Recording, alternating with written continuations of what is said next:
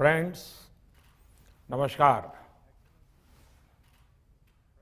This edition of Raisina Dialogue takes a place at a watershed moment in human history. A global pandemic has been ravaging the world for over a year. The last such global pandemic was a century ago. Although humanity has faced many infectious diseases since then, the world today is underprepared to handle the COVID-19 pandemic. Our scientists, researchers, and industry have answered some questions. What is the virus? How does it spread? How can we slow it down? How do we make a vaccine? How do we administer vaccine at a scale and with speed? To these and many other such questions, many solutions have emerged. And no doubt, many more are yet to come.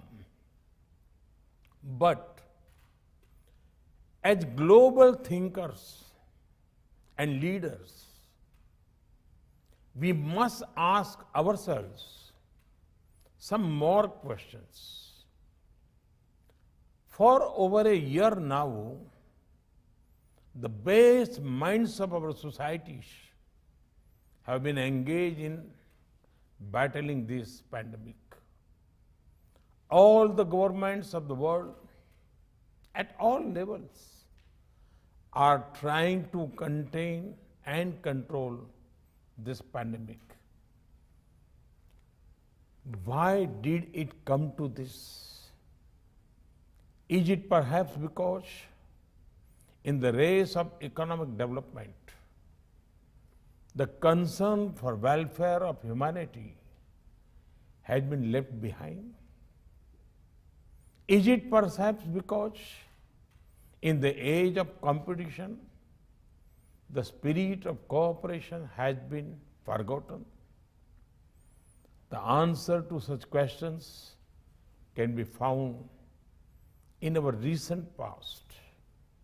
Friends, the horrors of the First and Second World Wars compelled the emergence of a new world order. After the end of the Second World War, over the next few decades, many structures and institutions were created. But under the shadow of the two wars, they were aimed at answering only one question: how to prevent the Third World War. Today, I submit to you that this was the wrong question. As a result, all the steps taken were like treating a patient's symptoms without addressing the underlying causes. Or, to put it differently, all the steps taken were to prevent the last war, not the next one. In fact, while humanity had not faced the Third World War, the threat of violence has not reduced in people's lives. With a number of proxy wars and unending terror attacks, the prospect of violence is ever present. So, what would have been the right question? They could have included, why do we have famines and hunger? Why do we have poverty? Or most fundamentally, why can't we cooperate to address problems that threaten the entire humanity? I'm sure that if our thinking has been along such lines, very different solutions would have emerged. Friends, it is not too late even now.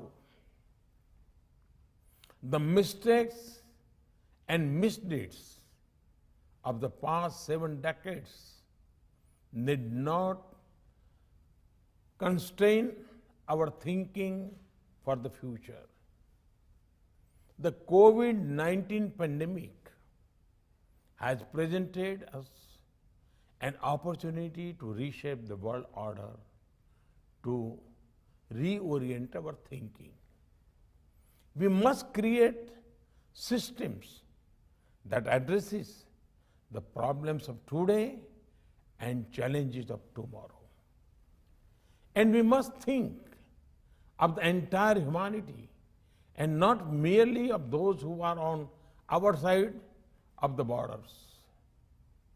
Humanity as a whole must be at the center of our thinking and action.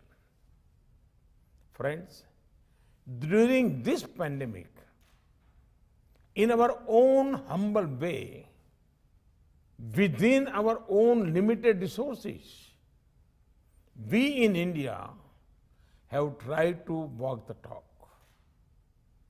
We have tried to protect our own 1.3 billion citizens from the pandemic. At the same time, we have also tried to support the pandemic response efforts of others. In our neighborhood, we have encouraged a coordinated regional response to the crisis. Last year, we shared medicines and protective equipment with over 150 countries. We understand fully that mankind will not defeat the pandemic unless all of us, everywhere, regardless of the color of our passports, come out of it. That is why this year, despite many constraints, we have supplied vaccine to over 80 countries. We know that the supplies have been modest. We know that the demands are huge. We know that it will be a long time before the entire humanity can be vaccinated. At the same time, we also know that hope matters. It matters as much to the citizens of the richest countries as it does to the less fortunate. And so, we will continue to share our experiences, our expertise, and also our resources with the entire humanity in the fight against the pandemic. Friends, as you gather virtually at the Raisina Dialogue this year, I call upon you to emerge as a powerful voice for a human-centric approach. As I have said elsewhere, while we may be used to having plan A and plan B, there is no planet B, only planet Earth. And so, we must remember that we hold this planet merely as trustees for our future generations. I will leave you with that thought and wish you very productive discussions over the next few days. Before I conclude, I wish to thank all the dignitaries who are adding their voices to these deliberations. My special thanks to their excellencies, the President of Rwanda and the Prime Minister of Denmark, for their valuable presence in this session of the dialogue. I also wish to thank my friend, the Prime Minister of Australia, and the President of European Council, who will be joining the dialogue later. Last but not the least, my immense gratitude and heartiest congratulations to all the organizations. They have done fantastic work in putting together this year's Raisina Dialogue despite all kinds of challenges. Thank you. Thank you very much.